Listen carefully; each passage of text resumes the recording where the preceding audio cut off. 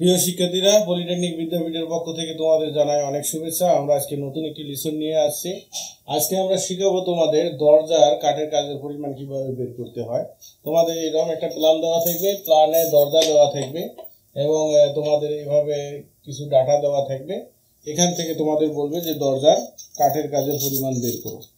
তো দরজার কাঠের কাজের পরিমাণ বের করার ক্ষেত্রে দুইটা জিনিস বের করতে হয়, একটা চৌকাঠের কাজ, একটা পাল্লার কাজ। তো পাল্লা বলে, এটাকে পাল্লা বলে, আমরা মডেল তৈরি করছি এই মডেলে, এটাকে বলে পাল্লা যেটা এখানে লাগে, আর এই ফ্রেমটাকে বলা হয় চৌকাঠ। তো চৌকাঠের কাজ আলাদা বের করতে হবে আর পাল্লার কাজ আলাদা বের করতে হবে। তো আমরা প্রথমে চৌকাঠের কাজ বের করব।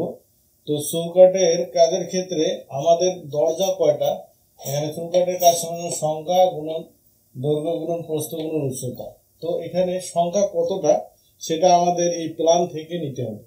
প্ল্যানে আমাদের কয়টা দরজা আছে সেটা দেখে আমাদের সংখ্যাটা লিখতে হবে। তো একই মাপের যদি দুইটা দরজা থাকে 2 লিখতে হবে, তিনটা থাকলে 3 লিখতে হবে।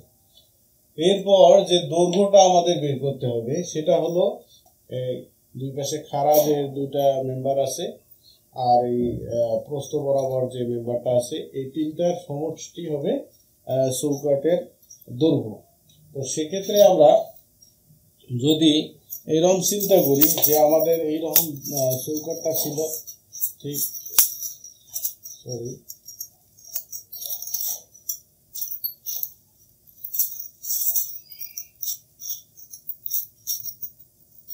তো আমরা দেখি যদি এইরকম আমাদের চৌকাঠ তিনটা অংশ, তো এই তিনটা অংশকে যদি আমরা এভাবে খুলে যদি এভাবে লাগাই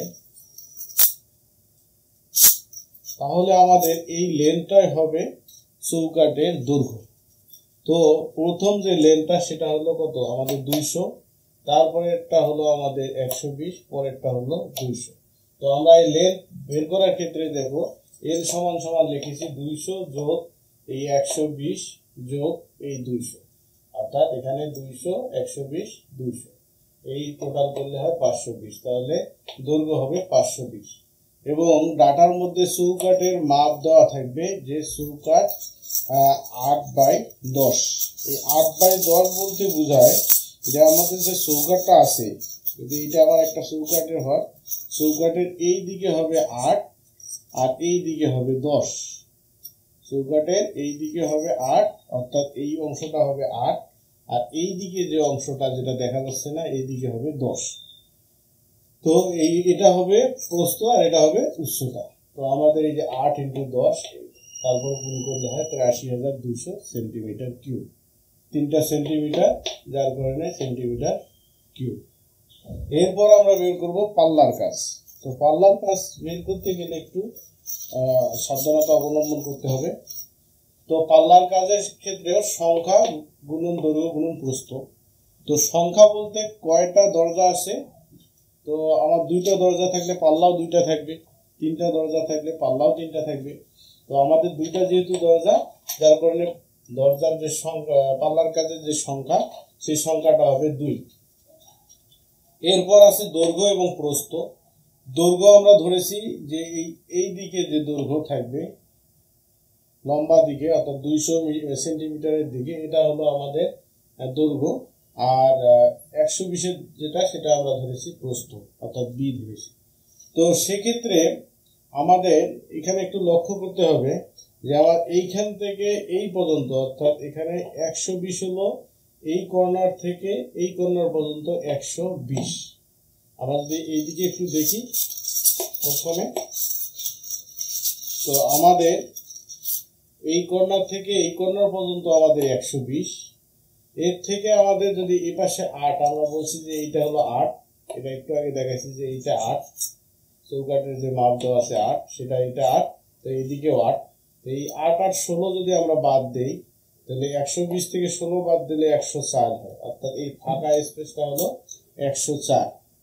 তো এই ফাঁকা স্পেস বরাবরে আমাদের পাল্লা থাকে না, পাল্লা আরো একটু বাড়তি থাকে।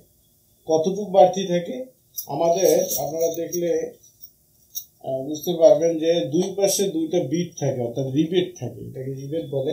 এই যে বাড়তি, এই যে আমরা যেটা দেখাচ্ছি যে এইটা তো আমাদের শেষ প্রান্ত তার থেকে কিন্তু একটু বাড়তি আমাদের পাল্লাটা থাকে, অর্থাৎ এটা 1.5 সেন্টিমিটার আমাদের বাড়তি থাকে।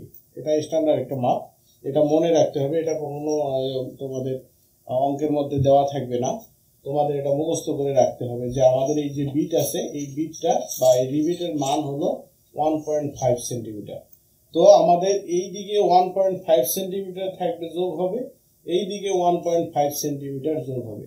তাহলে আমরা যদি এই দিকে 1.5 এই দিকে 1.5, তো টোটাল হলো 1.5 তাহলে 104, অর্থাৎ আমাদের এইখান থেকে এই পর্যন্ত 104, আর এই দিকে 1.5 এই দিকে 1.5 বাড়তি রাখা হয়েছে, অর্থাৎ 3 সেন্টিমিটার বাড়তি হলো। এখান থেকে পাল্লার প্রস্থ হবে 107, যেটা আমরা এখানে এল এর মান দেখাচ্ছি। এল সমান সমান 200, সরি বি সমান সমান 120।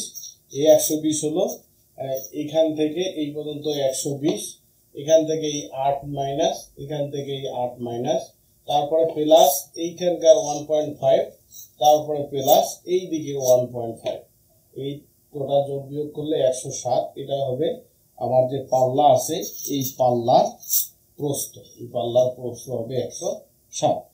এরপর আমাদের বের করতে হবে পাল্লার এই উচ্চতা। তো পাল্লার উচ্চতা আমরা যখন বের করব তখন আমাদের এই উচ্চতা হলো 200, তো আমরা এখানে 200 লিখছি। এই 200 থেকে আমাদের এই যে 8, অর্থাৎ এই যে 8 আমাদের এখানকার যে 8, এই 8 আমাদের বিয়োগ দিতে হবে। তো আমরা 8 বিয়োগ দিয়েছি। এরপর আমাদের উপরের দিকে একটা বিট থাকে, সেই বিটের মাপ 1.5, একটু আগে আমরা বলেছি, এটা মুখস্থ রাখতে হবে। সেই 1.5 আমরা কি করেছি, যোগ করেছি। এখন তারপরে 1.5 বিয়োগ দিয়েছি। বিয়োগ দেওয়ার কারণ হলো আমরা যখন দরজা লাগাই নিচের দিকে আমরা একটু ফাঁকা রাখি, যদি ফাঁকা না রাখি তাহলে আমরা দরজা খুলতে পারবো না। এই ফাঁকা যে রাখি এই ফাঁকার পরিমাণ হলো 1.5 সেন্টিমিটার। তো এই ফাঁকাটা তো আমাদের আর পাল্লার মধ্যে যোগ হলো না, বিয়োগ হলো, অর্থাৎ কেটে ফেলতে হয়। তো ওই 1.5 সেন্টিমিটার আমাদের কি করতে হবে, বিয়োগ দিতে হবে। তাহলে আমরা এখানে দেখাইছি যে আমাদের টোটাল হলো এখান থেকে এই পর্যন্ত 200 থেকে যদি আমি 8 বাদ দিই তাহলে আমাদের 192, এই শেষ থেকে এই পর্যন্ত। এর থেকে যদি আমি কি বলে এখান থেকে 1.5 বিয়োগ দেই আর এখানে 1.5, এই 1.5 যোগ করি, তাহলে এই যোগ বিয়োগ করে একই হবে। তার মানে 192 থাকবে পাল্লা উচ্চতা, অর্থাৎ এখান থেকে এই উচ্চতা হবে 192। আমি আবার বলি, আমাদের এই উচ্চতাটা হলো 200, এখানে 200, এখান থেকে 8 মাইনাস, এই 8 মাইনাস, উপরে যে আমাদের একটা রিবেট আছে এই রিবেটটার জন্য আমরা 1.5 যোগ করব, আর নিচে যে আমরা ফাঁকা রাখবো এর জন্য 1.5 বিয়োগ দেব, তাহলে হবে 192। এই 107 এবং 192 এবং সংখ্যা আমাদের দৌড় আছে দুইটা দরজা থাকার কারণে পাল্লা হবে দুইটা, এই জন্য 2 গুণ, এই 3টা গুণ করলে হবে 41,088 centimetre cube. Sorry, centimetre cube না, এখানে এটা হবে সেন্টিমিটার স্কোয়ার, তাহলে এটা হবে সেন্টিমিটার স্কোয়ার। হ্যাঁ, এভাবে আমাদের দরজার কাঠের কাজের পরিমাণ বের করতে হয়। তো আশা করি আমার এই ক্লাসটি উপভোগ করেছো, তোমরা বুঝতে পেরেছো। তো সকলকে ধন্যবাদ জানিয়ে আজকের মতো বিদায় নিচ্ছি। আল্লাহ হাফেজ।